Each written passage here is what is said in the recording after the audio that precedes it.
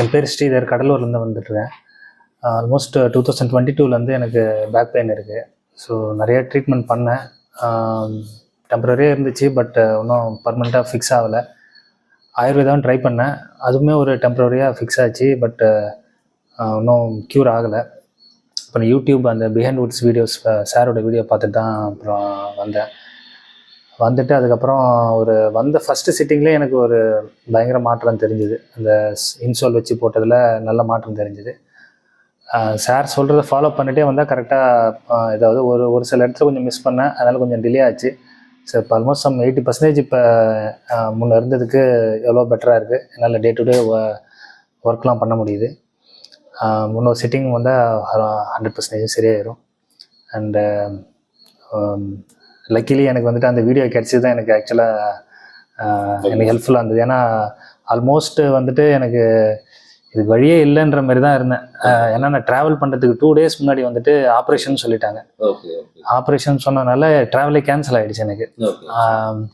அப்புறம் எங்கெங்கேயோ பார்த்தேன். அப்புறம் டு பி ஃப்ராங்க் ஹோப்பே இல்லாத மாதிரி தான் இருந்துச்சு. ஆப்ரேஷன் அதனால ஹோப்பே இல்லாத மாதிரி தான் இருந்துச்சு. அப்புறம் சரி லாஸ்ட்டாக ஒரு டைம் ட்ரை பண்ணி பார்ப்போமே அப்படின்ட்டு தான் வந்தேன். அது ஃபஸ்ட்டு சிட்டிங்லேயே எனக்கு டிஃப்ரென்ஸ் தெரிஞ்சுது. எனக்கு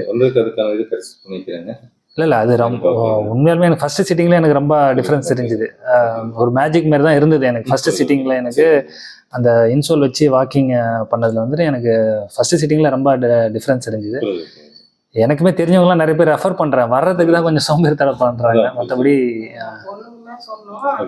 அடுத்தது எனக்கு மெயினாக வந்து ஆப்ரேஷன் பண்ணாத சரியாகணும்ன்றது மெயின் என்னுடைய எண்ணம். ஏன்னா ஃபைனல் கார்டுலாம் கையை வச்சுட்டு காலமுறை அதுக்கு வேற ஒரு ட்ரீட்மெண்ட் எடுத்து அவங்க ஏதாவது பட்டுப்படிக்கடி ஆகிட போறான்னு பயந்துக்கிட்டே தான் எனக்கு மெயினாக வைத்தியனாலே நல்ல டாக்டரா கண்டுபிடிக்கணும்ன்றது.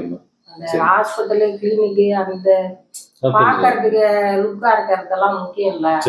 நல்ல டாக்டரா கண்டுபிடிச்சி நல்ல ட்ரீட்மெண்டா எடுத்துக்கணும். ஏன்னா எங்க சொந்தக்காரங்களாம் நிறைய பேருக்கு அந்த ஆப்ரேஷன் நிறைய பேர் இன்னும் பண்ண முடியாது இருக்கிறாங்க.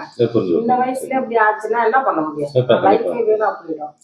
அதனால நல்ல டாக்டரா பாருன்னா அது நல்ல விதமா கிடைச்சிருச்சு. கொஞ்சம் சரியா